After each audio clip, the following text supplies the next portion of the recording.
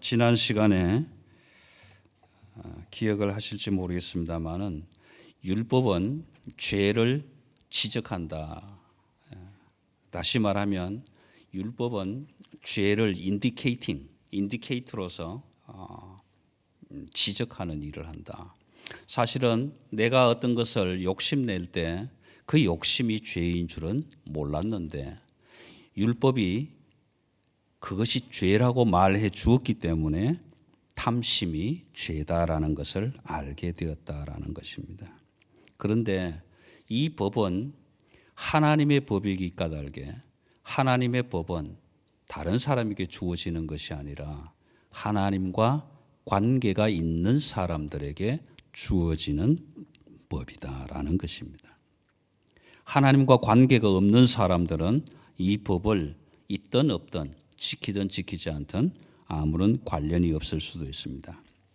그러나 저와 여러분이 하나님과의 관계를 가지고 있는 한 하나님이 사랑하는 우리를 향해서 그 법을 주시면 나의 속 사람은 하나님의 법을 즐거워하지만 내 지체 안에서 다른 한 법이 내 마음의 법과 싸워 내 지체 속에 있는 죄의 법으로 나를 사로잡는다. 그렇게 사도 바울은 로마서 7장 22절 23절에서 고백하는 모습을 보게 됩니다. 사실 우리는 이 율법을 하나님의 법을 하나님의 말씀이라고 하지만 하나도 제대로 지킬 수 있는 것은 솔직히 없다. 솔직히 없다. 목사님 저는 지킬 수 있는데요. 우리가 성경을 읽어보면 한 청년이 와서 묻죠. 선한 선생님이여 내가 어떻게 하여야 무엇을 하여야 영생을 얻으리까. 그때 예수님은 법을 지켰느냐. 다 지켰습니다. 다 지켰습니다. 참 잘했다. 그런데 한 가지 못한 게 있다. 네 가진 것을 다 팔아서 나누어 주라. 그렇게 하죠. 그때에 그 청년은 그 부자 청년은 그 사실을 받아들일 수 없으니까 심히 근심하며 돌아갔더라. 그렇게 기록합니다. 그런데 오늘 우리가 다시 한번 의문을 가져야 될 것, 질문을 해야 될 것은 뭐냐 하면은 왜 하나님은 지킬 수도 없는 법을 우리에게 주셨을까? 아니 지킬 수도 없는 법을 왜 주셨을까? 그럼 조금 바쁘시겠지만 로마서 8장 4절을 한번 찾아보겠습니다. 로마서 8장 4절을 찾아보시면 후반절에 이런 기록을 합니다. 하나님이 우리에게 율법을 주신 것은 율법의 요구가 이루어지게 하려 하심이다. 그렇게 기록합니다. 왜 하나님이 우리에게 율법을 주셨는가? 그 율법의 요구가 이루어지게 하시려고 주셨다. 그러면 율법이 요구하는 바가 무엇인가라는 것입니다. 무엇을 요구하는가 율법은? 서두에서 말씀드렸던 것처럼 율법은 죄를 지적하고 그 죄를 깨닫게 함으로써 나를 죽음의 자리에 이르게 만든다. 여기에서 죽는다라는 것은 생명적으로 끊어진다는 의미가 아니고 그 아시죠? 제가 말씀 안 드려도 이 죽는다는 의미가 무엇인지. 그래서 결과적으로 율법이 요구하는 바는 율법을 통해서 내가 죽고 내가 죽은 그 자리에 생명이 되시는 예수 그리스도 하나님의 말씀의 생명으로 살게 하는 것이 율법의 요구다라는 것입니다. 율법의 요구다. 오늘 우리가 성찬 예식을 가졌습니다. 이 성찬 예식은 십자가 위에서 찢기신 주님의 살과 흘리신 피를 기념하고 기억하는 예식입니다. 특별히 리포엄드 처치 개신교에서는 기념설을 또는 상징설이라고 이야기합니다. 사실 어떻게 생각하면 캐톨릭이나 천주교에서 행하는 성찬 예식이 더 큰 의미가 있다고 저는 봅니다. 왜냐하면 우리가 함께 나누는 떡과 잔이 내 안에 들어와서 그 떡이 예수님의 살로 바뀌고 그 잔이 예수님의 피로 바뀐다. 얼마나 의미가 깊습니까? 그렇죠? 그래서 캐톨릭에서는 이 성찬 예식을 화채설이다. 육신으로 변화되는, 그렇게 해서 화채설이다. 이렇게 이야기를 합니다. 그런데 성경적인 근거로 하면 그것은 잘못된 논리입니다. 어떻게 떡이 들어와서 내 안에서 그것이 예수님의 살로 바뀔 수 있는가? 그건 논리적으로도 맞지 않는다라는 것입니다. 그런데 문제는 저와 여러분이 이 성찬 예식을 예식으로만 오랫동안 자자손손 대를 이어서 이 성찬 예식을 기념하고 지킨다고 해서 어떤 의미가 있을까? 어떤 의미가 있을까? 여러분, 제가 이렇게 질문해 볼게요. 십자가 위에서 찢긴 그 살을 기념하는 떡, 또 흘리신 피, 그리스도의 보혈, 이것이 우리의 구원의 생명이 된다면 그 구원의 생명 대신 예수 그리스도를 예표하는 존재로 볼 수 있겠습니까? 다시 말하면 예수 그리스도가 구원이다, 생명이다, 떡이다. 그랬을 때 우리는 성찬식에서 먹는 떡과 마시는 잔이 예수 그리스도를 대신할 수 있는 존재적 의미를 가질 수 있겠느냐라고 묻는 것입니다. 만약 그것이 가능하다면 우리는 떡과 잔을 먹고 마시는 것이 아니라 예수 그리스도 존재가 되시는, 구원의 존재가 되시는 예수 그리스도 그 실체를 우리가 먹고 마시는 사건이 되는 것입니다. 그러므로 우리가 예식으로서 떡과 잔을 수천 번 수만 번을 마셔서 의미가 있는 것이 아니라 그 떡이, 그 잔이 예수 그리스도라는 실체로서 내 안에 들어와 생명의 말씀으로 생명력을 가지고 역사되어질 때 그것이 진정한 성찬이 될 것이다. 그러므로 저와 여러분은 성찬 예식에서 우리가 먹는 떡, 우리가 마시는 잔, 그것이 도대체 무엇인가라고 하는 것이 아니라 우리가 마시는 떡, 우리가 마시는 잔이 누군가라는 존재론적 의미를 다시 한번 생각하셔야 합니다. 그래서 그 떡을 마시고 그 잔을 먹는 것이 결과적으로 내 안에 들어와 살아 역사될 예수 그리스도가 육신이 되셔서, 말씀이 육신이 되셔서 오신 그 말씀이 내 안에서 역사되어질 때 그것이 저와 여러분의 믿음의 일용양식이 될 뿐만 아니라 우리의 거룩한 성찬이 될 것이다라는 것이 될 것이다. 그래야 진짜 성찬의 의미를 가질 수 있다라는 것입니다. 여러분, 때로는 매주일마다 성찬 예식을 하는 교회들이 호주에는 참 많습니다. 많은데 매주일마다 성찬을 하다 보면 희소성의 가치를 놓고 봤을 때 매주일 하다 보니까 그런 의미가 많이 떨어질 수도 있죠. 그렇다고 1년에 한 번 할 수, 한 주, 매주, 저희들 같은 경우는 3개월에 한 번 그렇게 하지만 그 횟수나 빈도수의 중요성이 아니라 과연 이 성찬이, 내가 먹는 떡이, 내가 마시는 잔이 누구인가라는 것입니다. 누구인가. 그 의미가 더 깊이 저와 여러분의 가슴 속에 되새겨지기를 바라는 것입니다. 우리는 앞으로 마태복음을 계속해서 살펴보게 되겠지만 우리는 율법 앞에서는 죽은 자가 될 수밖에 없습니다. 그래서 하나님의 말씀인 율법을 앞에 놓고 볼 때 저와 여러분은 이렇게밖에 고백할 수가 없습니다. 주여, 나는 죄인입니다.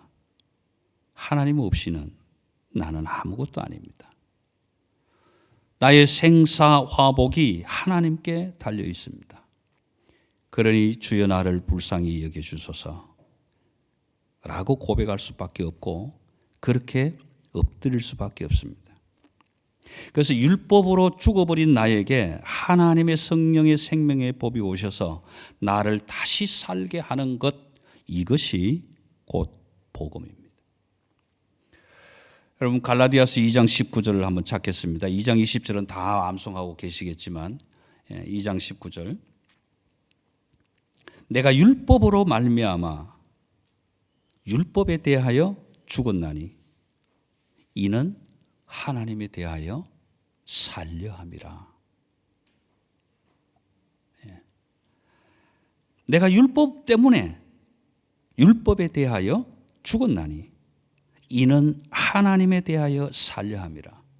그리고 이어지는 갈라디아서 2장 20절은 바울의 유명한 고백이죠.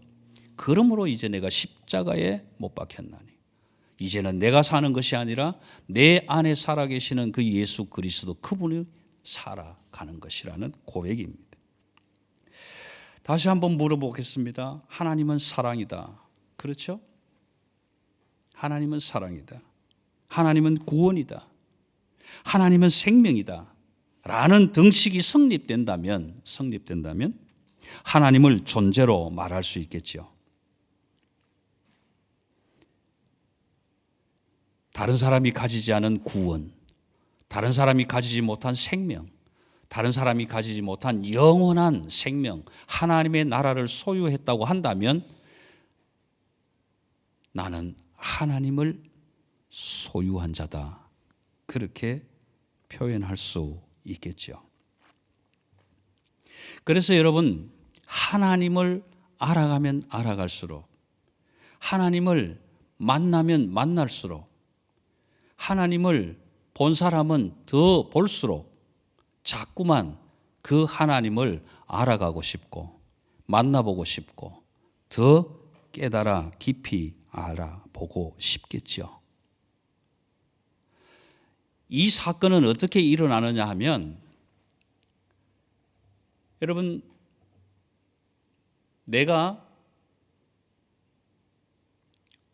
어느 시간에 기도하고 찬양하면서 하나님께서 주시는 그 정말 기가 막힌 은혜를 한번 경험해 본 경험자라면, 이게 이런 거였어? 이게 이렇게 좋은 거야? 이런 느낌, 이런 감격, 이런 마음을 깊이 있게 체험했다면, 그리고 어느 일정 시간이 지나고 난 다음에 이런 생각을 하게 될 것입니다.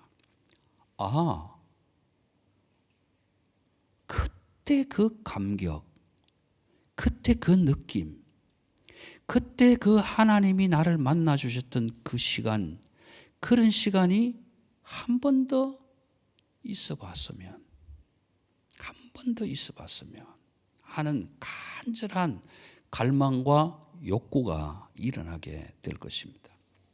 마치 여러분들이 세상 가운데서 다니시면서 맛있는 맛집을 찾아갔는데 그 음식이 너무 맛있어서 먹고 그 맛을 기억했다가 호주로 돌아왔는데 아무리 찾아도 그 음식이 없어요. 그런데 그게 먹고 싶어지는 것처럼, 그거 한 번만 더 먹어봤으면 하는 마음처럼, 오늘 저와 여러분이 진정 그 하나님의 살아계심과 그 하나님의 나의 모든 삶을 주관하시며 인도하시는 그 짜릿한, 그 놀라운 감격을 맛보아 안 사람이라면 그 하나님을 한 번 더 만났으면 좋겠다. 왜 하나님 지난번에는 기도할 때 음성으로 응답해 주셨는데 왜 대답이 없으십니까? 라는 그 간절함이 나에게 있어질 것이다. 더더욱 내 생명을 살리는 말씀의 양식을 먹을 때마다 이 말씀이 나를 살게 하였구나. 그 생명의 양식이라고 경험하고 느끼고 인정한 믿은 사람이라면 더더욱이 그 말씀을 사모하게 될 것입니다. 그 사모함이 오늘 마태가 말하는 심령이 가난하다라는 말씀입니다. 안 올렸었어요. 이 심령이 가난하다라는 이 말씀은 사실 우리 개역 개정에서는 심령이 가난한 이렇게 되어 있는데, 요 버전이 나오기 하나 전에 한글 개역 성경은 마음이 가난한 자는 그렇게 번역이 되어 있습니다. 마음이 가난한 자는. 우리가 마태가 말하는 마음이 가난한 자는, 여러분 이 글자는 다 읽으실 수 있을 거예요. 고등학교 때 수학과 물리를 하셨으면 다 읽으실 수 있습니다. 그렇죠? 다 읽으실 수 있습니다. 마카리오이 호이 프토코이 토 프뉴마티 호티 오톤 에스틴 해 바실레이아 톤 우라논. 이제 여러분 가난함이라는, 마음이 가난함이라고 할 때에 가난함은 프토코이라는 것입니다. 프토코이요, 가운데 첫 줄 가운데 있는 프토코이라는 말인데, 이 프토코이라는 말을 헬라어적 개념으로 말씀을 드리면 절대 빈곤입니다. 절대 빈곤. 다른 사람에게 있든 없든 상관없이 저것만큼은 나에게 반드시 있어야 되는 그런 빈곤함을 이야기한다. 다른 사람에겐 생명이 있든 없든 상관없이 나에게는 반드시 예수 그리스도의 그 생명이 있어야만 되겠다라는 절대적인 빈곤함을 나타내는 것이 프토코이라는 말입니다. 여러분 어떻습니까? 여러분, 저와 여러분이 기도할 때 무엇을 구합니까? 하나님, 돈이 지금 1억밖에 준비가 되지 않았습니다. 그런데 1억이 더 있어야 됩니다. 하나님, 저 1억 주셔야 되겠습니다. 그렇게 기도하십니까?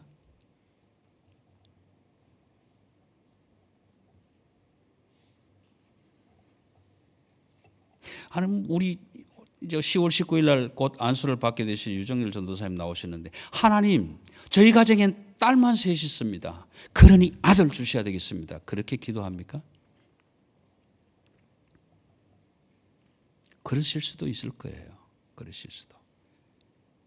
그러나 우리의 기도는 사실 꼭 필요한 것인데 없을 때 기도하는 것입니다. 나에게 이것만큼은 꼭 있어야 되는데 왜 기도하는가? 없기 때문에 기도하는 것입니다. 하나님, 나는 내 생명이 아니라 당신의 생명이 필요합니다. 잠깐 없어질 이 세상에서 사는 그 생명이 아니라 하나님의 영원한 생명, 그 생명이 나에게 필요합니다. 이건 절대적으로 있어야 됩니다. 다른 사람에게 다 없어도 나는 있어야 됩니다. 하나님, 그러므로 이 생명 나에게 주옵소서. 이 빈곤이 절대 빈곤이라는 것입니다. 그래서 우리는 절대 빈곤 한때 찾아보면, 목사님 나는 그거 말고도 절대 빈곤적으로 가치 있는 것이 많거든요 할 수는 있지만, 마태는 그 문제를 해결하기 위해서 뒤에 한 단어를 더 붙입니다. 프뉴마티. 영적으로 빈곤합니다. 영적으로 빈곤합니다. 프토코이 토 포노마티. 나는 심령이 가난한 자다. 심령이 가난한 자다. 여러분, 저와 여러분의 심령이 가난한 것은 돈을 없애라는 이야기가 아닙니다. 돈을 벌지 말라는 이야기도 아닙니다. 부유하지 말라는 이야기도 아닙니다. 지난주에 말씀드렸듯이 오늘 만약에 마태가 기록한 이 복음, 마음이 가난한 자를, 이 가난함을 물질의 가난함으로 여기서 이것이 복음이라고 만약에 규정한다면, 저와 여러분 지금 예배 마치고 나가서 모든 돈 가진 자들, 모든 부자들이 가지고 있는 모든 것을 다 빼앗아 와야 됩니다. 왜? 그래야 그들이 가난해지고 그래야 그들이 천국에 갈 것이기 때문에. 그러나 그 모든 것을 뺏어서 그것을 내 것으로 만들면 저는 어디로 갑니까?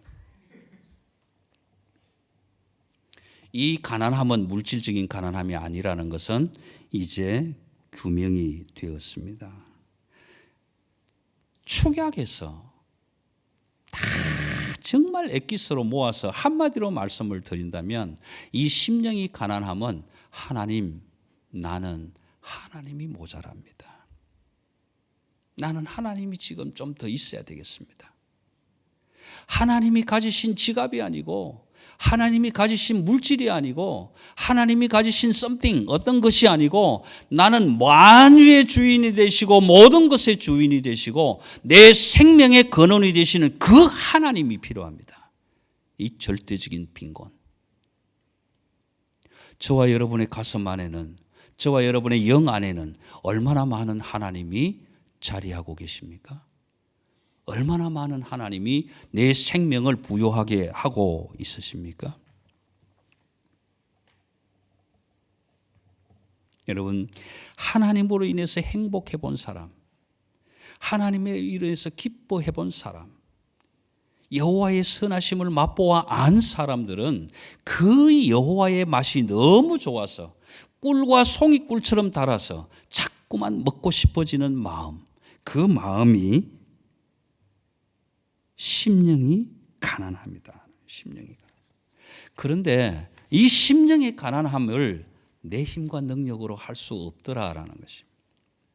내 힘과 능력으로는 되지 않더라. 하나님, 내 힘과 능력으로는 이 심령이 가난해지지가 않습니다. 나는 세상에서도 좀 더 부유하고 싶고, 나는 세상에서 다른 사람들보다 조금 더 많이 가지고 싶고, 나는 세상에서 다른 사람들보다 더 마음이 풍성해지고 싶지 심령이 가난해지고 싶은 마음은 없습니다. 할 수가 없습니다. 안 됩니다. 그러니 이 법을 제가 어떻게 지킵니까? 이 법 앞에 우리는 엎드려서 주여 나를 불쌍히 여기소서, 나의 믿음 없음을 도와주소서, 그렇게 고백하는 자들에게 주어지는 복이 천국이 그들의 것이라 말씀해 주시는 것입니다. 여러분, 심령이 가난하다는 것이 율법이라면, 그 법을 내가 지킬 수 없어서 도저히 법 앞에 죽을 수밖에 없는 자라면 그 법 앞에 하나님, 나는 이 사명을 감당할 수 없습니다. 나로서는 심령이 가난해질 수가 없습니다. 하나님, 주님이 나를 가난하게 해 주옵소서. 그렇게 고백하고 엎드릴 때에 하나님은 조건 없이 무조건적으로 천국이 너희의 것이라 말씀해 줍니다. 이것이 마태복음 4장 23절에서 하나님이, 예수님이 선포하신 천국 복음이다라는 것입니다. 여러분, 이 복음, 조건 없이 받아들여지는 이 복음, 여러분 스스로 천국을 내 것으로 만들 수 있습니까? 없습니다. 마음이 가난해질 수도 없을 뿐만 아니라 천국을 내 것으로 만들 수도 없습니다. 그러나 하나님은 오늘 마태를 통해서 그렇게 말씀해 주셨습니다. 심령이 가난한 자, 하나님을 갈망하고 하나님을 소망하고 세상에서는 좀 가난할지라도 그것 때문에가 아니라 내가 하나님의 나라의 부요함을 사모하는 그 간절한 절대 빈곤의 마음으로 하나님을 찾는 자들에게 하나님은 조건 없이 하나님의 나라, 바실레이아 톤 우라논, 하나님의 나라를 너희 것으로 주겠다라고 말씀해 주시는 것입니다. 이것이 천국의 복음입니다. 그러므로 로마서 8장 1절 2절에서 바울 사도는 이렇게 고백합니다. 그러므로 이제 예수 그리스도 안에 있는 자에게는 결코 정죄함이 없나니 이는 그리스도 예수 안에 있는 생명의 성령의 법이 죄와 사망의 법에서 너를 해방하였습니다. 여러분, 이것이 우리 주님이 선포하는 천국의 복음입니다. 마태복음 4장 24절에서는 구체적인 천국의 복음의 내용이 병든 자를 일으키시고 고치시고, 여러분, 저와 여러분은 어느 누구도 내 힘과 노력으로 심령이 가난해질 수는 없습니다. 그래서 마치 베드로가 밤새도록 고기를 잡아보았지만, 있을 만한 곳에서 투망을 내려보았지만, 초망을 던져보았지만 그 밤에 하나도 잡지 못해서 기진맥진하고 허탈하고 있을 때에 그때 주님이 찾아오셔서 깊은 곳에 던져라, 말씀에 의지하여 그물을 내리갔나이다. 그렇게 해서 잡은 고기가 많았을 때 베드로는 뛰어나와서 그렇게 고백합니다. 주여, 나는 죄인입니다. 나를 떠나소서. 여러분, 우리의 삶 속에서 우리의 짧은 그물로, 짧은 투망으로 수없이 많은 곳으로 고기를 잡겠다고 그물을 내려보지만 하나도 잡힌 것이 없을 때, 그때 엎드려서 주여 나의 불쌍히 여기주소서, 나는 하나님이 없으면 아무것도 아닙니다라고 고백하고 나갈 때 하나님은 그 마음에, 그 심령에 천국이 너희 것이라고 말씀해 주실 것입니다. 여러분, 성경의 하나의 예만 소개하고 말씀을 마무리하겠습니다. 누가복음 19장입니다. 사복음서 중에 다 누가만 이 내용을 기록하는 내용입니다. 저는 이 사건을 노래한 노래도 참 좋아합니다.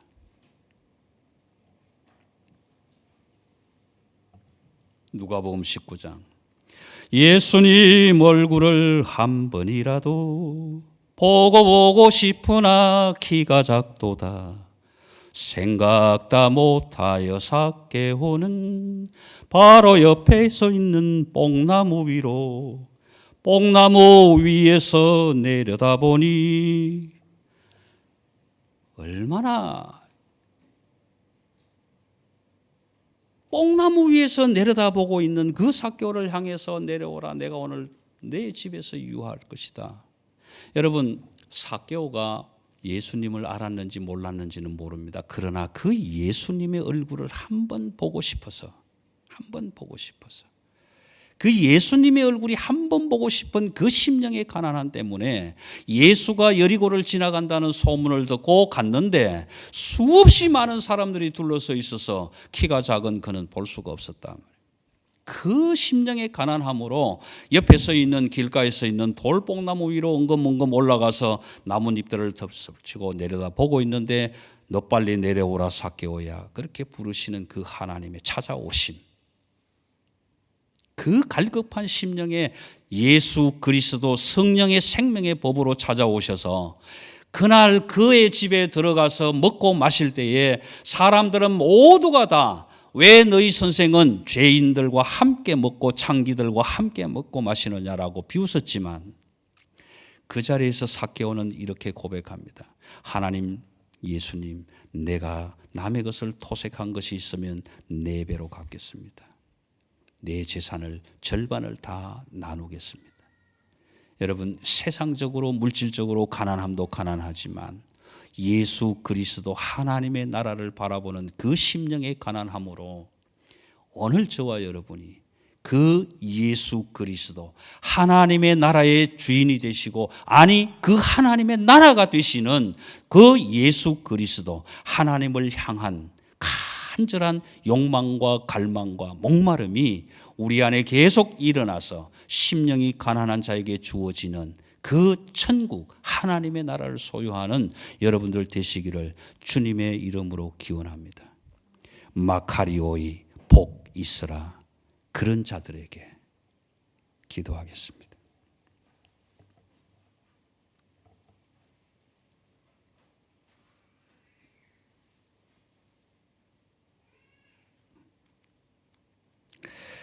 조건을 구하시는 율법이 심령이 가난해진다라는 것이라면 우리는 감당할 수가 없습니다. 그것을 감당할 수 있는 분은 오직 주님뿐입니다. 그러므로 주님 나를 불쌍히 여겨주시고 우리를 불쌍히 여겨주셔서 우리 주님 오늘 이 예배의 자리에 참여한 우리 모든 가족들의 가슴마다에 임재하여 주옵소서. 그 주님께서 우리의 심령을 가난하게 만들어 주셔서 날마다 순간마다 숨쉬는 순간마다 그 생명이 되시는 하나님을 간절히 사모하는 심령들이 되게 하여 주옵소서. 그래서 엎드릴 때마다 천국이 너희의 것이라고 말씀해 주셔서 우리가 그 천국을 나의 것으로 소유하고 살아가는 복된 자들, 행복한 자들이 되게 하여 주옵소서. 복 있으라 심령이 가난한 자들이여 천국이 너희의 것임이라.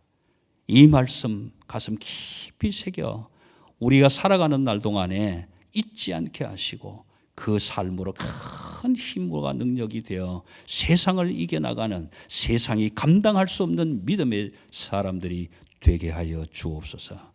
감사를 드리오며 우리 주 예수 그리스도의 이름으로 기도드리옵나이다. 아멘.